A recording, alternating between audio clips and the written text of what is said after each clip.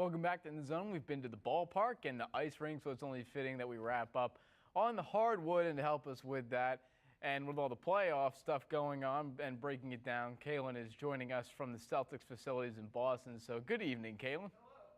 I'm standing in Boston. Yes, you are. Wow. Okay, so what's the playoff picture look like for the Celtics down the road? Oh, what was that? The Celtics What's that playoff picture? saying? What's that saying? Can you move to your left? Oh, yeah, no, my right? Yeah. Something Kanye to do West. with Kanye West. You know, they said they were looking gonna, at me. Is he Get there? off. They said they were going to crop that out. I don't know. Someone pulled the wrong image in Is there. Kanye there? I don't know what's going on. He's been very active on Twitter today. I need some water. No, never mind. All right, anyway, the Celtics, these guys. Yeah, the let's playoff talk. picture, right. So, they're 2-0 on the Bucks right now, but I mean, we all kind of expected that to happen. As far as the future is concerned with the Celtics roster, I think the first round isn't their biggest problem.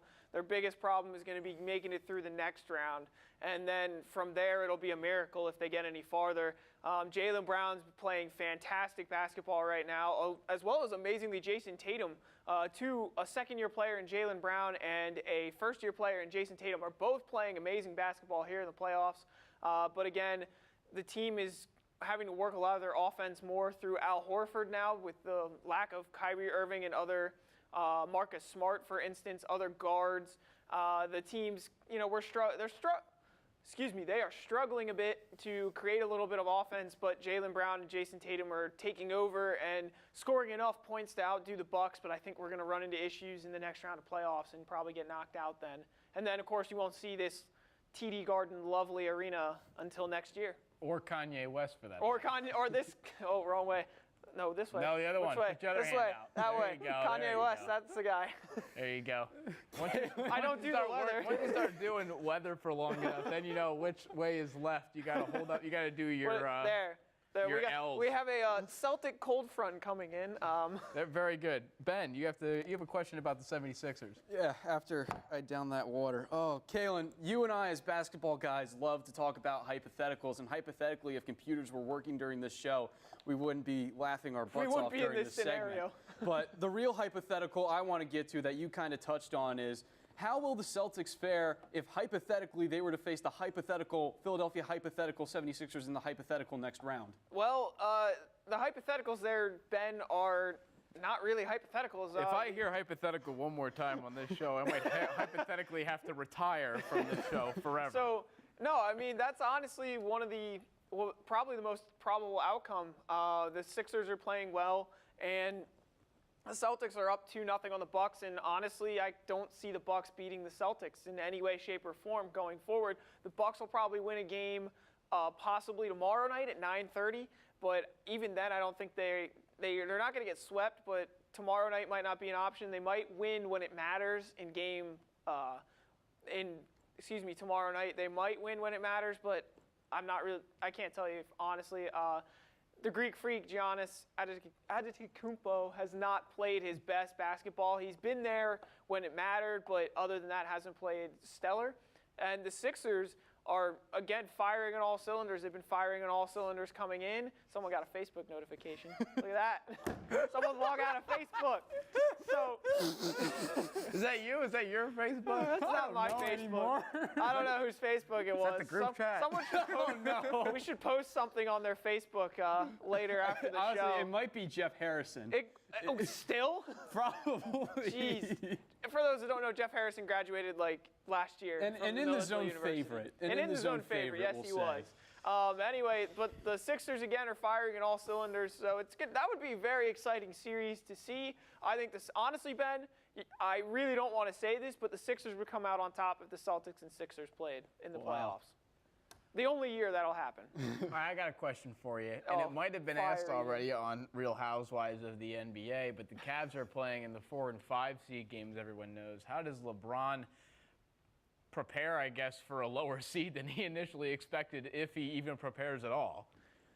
I mean, when you're LeBron, you come out to play every game as hard as you can, as best as you can, and no matter your seed. I don't think he really cares about the seeding of his team, to be honest, especially considering the whole team got restructured at the trade deadline and still managed to hold off to get the 4 seed in the playoffs. To be honest with you, that's a miracle. Everyone, once they did the restructuring, said, oh, the Cavs are not going to be in the top 4 seeds in the playoffs. And look, there they are, the number 4 seed. You really can't go against LeBron here. It's playoff time. It's LeBron time, essentially. And the Cavaliers are 1-1 with the Pacers, and the Pacers are a good team. So don't knock on the Pacers at all. They are a decent team with enough talent to at least go the next round and possibly beat the Cavs. But we'll see what happens here down the wire in that series. On the other side of the playoff picture, we have the 6th-seeded New Orleans Pelicans currently upsetting the number 3 Portland Trailblazers. Not much of an upset in my opinion, but Calen, can they finish the Oregon boys off? Not much. Who writes this? Phrasing, everybody. Who writes phrasing. this? Remember phrasing when we write the script. I need to check the scripts more often. Oh, I'm sorry. Anyway, let's rephrase. No, Calen, let me insist. All let right. me rephrase that question. Your question. Let me sir. rephrase that question. Can the Pelicans just upset the Portland Trailblazers? They're not finishing anybody off. They're not looking at any boys.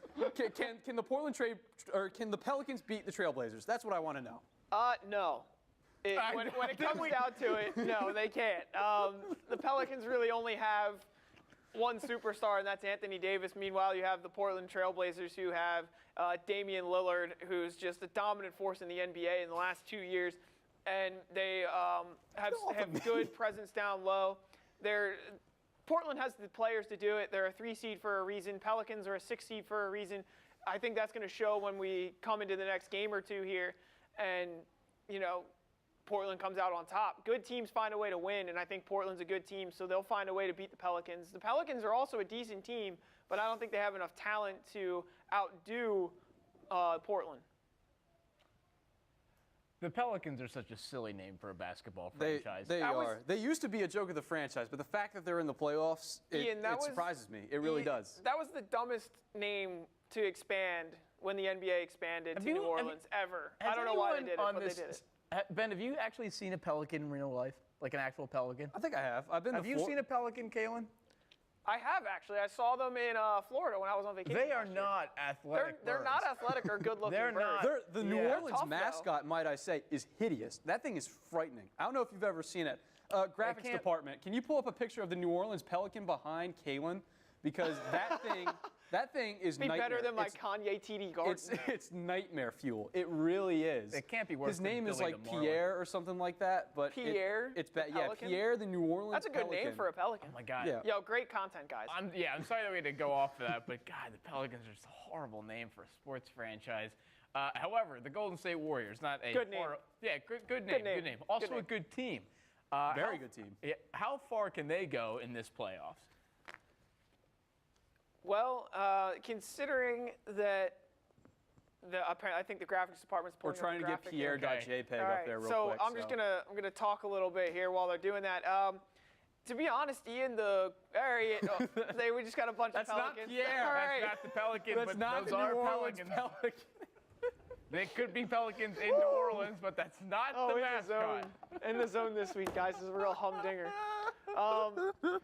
So the Golden State Warriors, they've looked good this series even without Steph Curry, which is amazing to say because they looked like trash before they got into the playoffs. Steph's coming back next series. I think with Steph Curry in place, they have a great chance of beating the Rockets, who were struggling with the Timberwolves last night and for 2 quarters, believe it or not, but then they romped them in the second half, thankfully. The Rockets are a team that they have hot nights, they have not so hot nights, and then Golden State's consistent all the time, every night. You know exactly what you're going to get from Steph Curry, Klay Thompson, Draymond Green, Sean Livingston as your 6th and 7th man. You know what you're going to get from those guys on a consistent basis, and I think they have a better shot of going to the finals than the Rockets do in the West. And Calen, speaking of the Rockets, that was a great wipe there. Does James Harden No, have we don't to... do wipes on this show. That's a Geek Speak thing. That's what makes Geek Speak cool, is that we do wipes and stuff. Why they can't do that? You don't have the trademark on transitions. Oh my God, we do. You don't have the copyright on that. This switcher works for every show. God, okay, fade. All right, you guys. So can do we're the going to fade into this next question. Does James Harden have to win an NBA championship to prove himself as an elite basketball player? And do I have to make a championship-winning show to prove myself as an elite producer? Two hard-hitting questions. To be an elite producer, yes, Ben, you do. But God. I'm not an elite producer. I was a producer of this show, and I'm not elite. No, to go on the James Harden part of that question. Jeez. The Pelicans are throwing me for a loop. Right? God, I can't stand the Pelicans. So anyway, James Harden, yes, he does need to win a championship to be considered an elite NBA player. Right now, he's just a very, very good NBA player, but he is in the Chris Paul boat. Chris Paul's a very, very good NBA point guard. But James Harden is also a very, very good NBA shooting guard. Neither of them have won a championship, let alone been to a conference final yet. And I think Harden's going to get an MVP this season. If he doesn't, that's ludicrous because his numbers were in the regular season through the roof.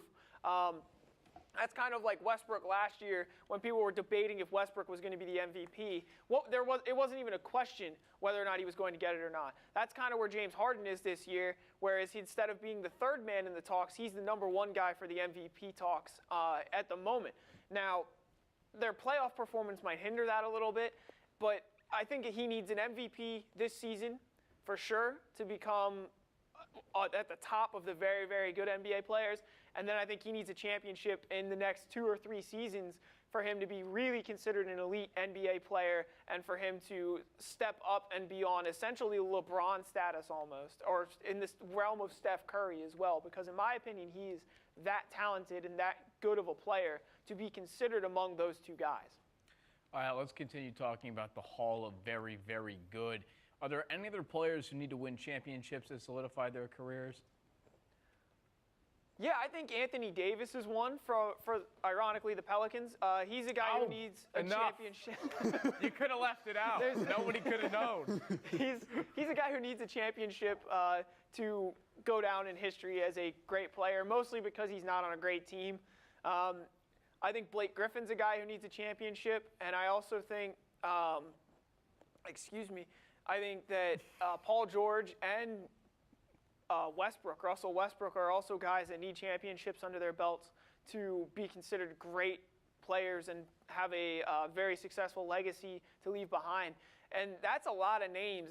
And that's mostly because right about now in the NBA, the pictures for the last 3 years has been Golden State and Cleveland. There's really been no other teams coming into the foreground to battle those two. And I think this season could be probably the first year that we don't see both of those teams in the NBA Finals. And that's mostly because I think the Cavs are going to lose in the Eastern Conference Final to whatever team they face. I think they will. Depends on whether or not the Sixers can stay hot, because if the Sixers stay hot, they'll beat them in probably 6 games.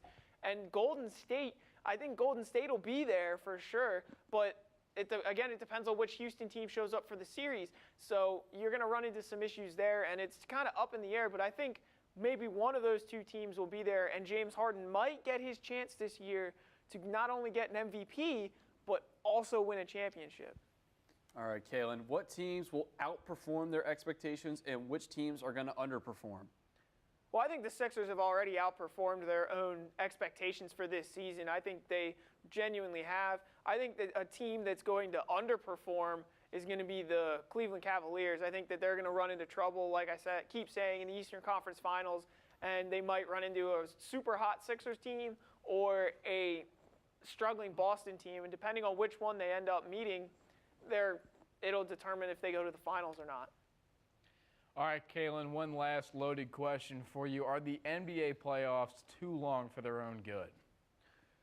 At the moment, I think yes. I think too many teams are getting into the NBA playoffs. It's kind of like you can be a mediocre team and make the playoffs as an 8 seed. Well, I personally think we should cut it back to about 6 teams, or the consensus in the NBA community of where they might be going in the future is opening the playoffs up to both conferences and not really having a conference tournament that and an Eastern Conference and a Western Conference essentially tournament that meets at the end with the finals. I'm not a fan of that setup, but I think then you're picking the best teams in the NBA and you're going to get better series, and you can keep the playoffs as long as what they are. But in the current format, there are some series out there that are just bad to watch. The Timberwolves-Rockets game 1 was just bad to watch. The Rockets destroyed the Timberwolves. And then last night, the second half of that game was bad to watch. They got destroyed again in the second half. So I think if you cut it down to 6 teams apiece in both conferences, you're going to get much better play out of the teams and also much better series. All right, well, thank you, Calen. It was a shame you couldn't be with us here in studio and you had to hang out in Boston tonight, but Ben, it was nice to have you here in studio. Yeah, it was great. I talked a lot of big game at the intro of the show, and I'm regretting it fully. But I definitely think we still put out a good show tonight. I'm glad we had Sean joining us from Washington, D.C.